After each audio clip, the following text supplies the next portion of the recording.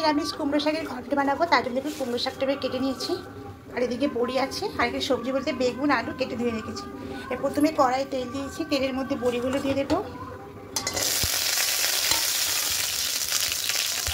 বড়িগুলো হালকা করে একটু ভেজে নেবো।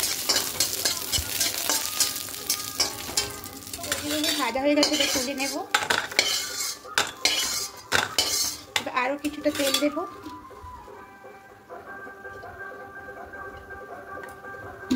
এবার তেলের মধ্যে ফোড়নে দেবো তেজপাতা আর দুটো শুকনো লঙ্কা, আর দেবো পাঁচফোড়ন দিয়ে হালকা নাড়াচাড়া করে ভেজে নেব। শ্রাবণ মাস পড়ে গেছে, তাই শিব পুজো। আজকে রবিবার, কালকে সোমবার, তাই কালকে শিব পুজো আছে। এখানে পাশে একটা মন্দির আছে, তাই ওখানে গান হচ্ছে। আর যেহেতু নিরামিষ খেতে হয়, তাই একটা কুমড়ো শাকের রান্নাটা করছি। এবার এখানে কেটে রাখা সবজিগুলো দিয়ে দেবো, আলু আর বেগুনটা।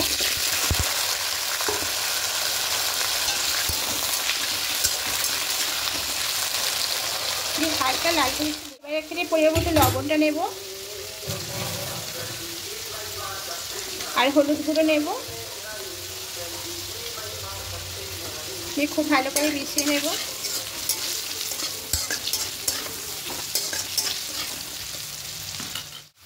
ভিডিওটা স্কিপ হয়ে গেছে বন্ধুরা। এবার ওখানে সামান্য একটু লঙ্কা গুঁড়ো আর স্বাদ মতো চিনি অ্যাড করেছিলাম, দিয়ে খুব ভালো করে মিশিয়ে কুমড়ো শাকটা দিয়ে দিয়েছি। এবার সব কিছু খুব ভালো করে একটু মিশিয়ে নেব। ভালো করে সমস্ত কিছু মিশিয়ে দিয়েছি। এবার এখানে সর্ষে পেস্টটা দিয়ে দেবো, কালো সর্ষে পেস্ট করেছে ওটা দিয়ে দিলাম, দিয়ে খুব ভালো করে মিশিয়ে নেব।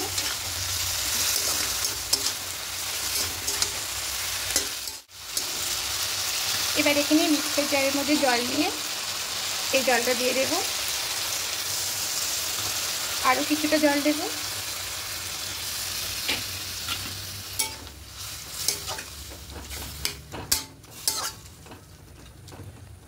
এবার ঢাকা দিয়ে কিছুক্ষণ হতে দেব। ঢাকাটা খুলে নেব, একটু দেখে নেব। হ্যাঁ, আলুগুলো সেদ্ধ হয়ে এসছে। এবার এখানে বড়িগুলো দিয়ে দেব।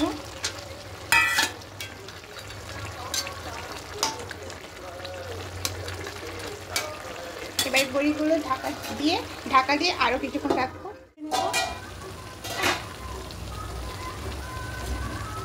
দেখুন একদম রান্নাটা হয়ে গেছে। এবার সব কিছুকে মিশিয়ে নেব। তলায় অনেকটাই জল আছে।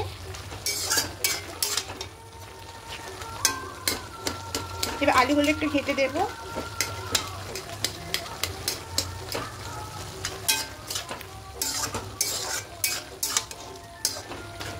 আলুগুলো হাত দিয়ে জলটাকে শুষে নেবে।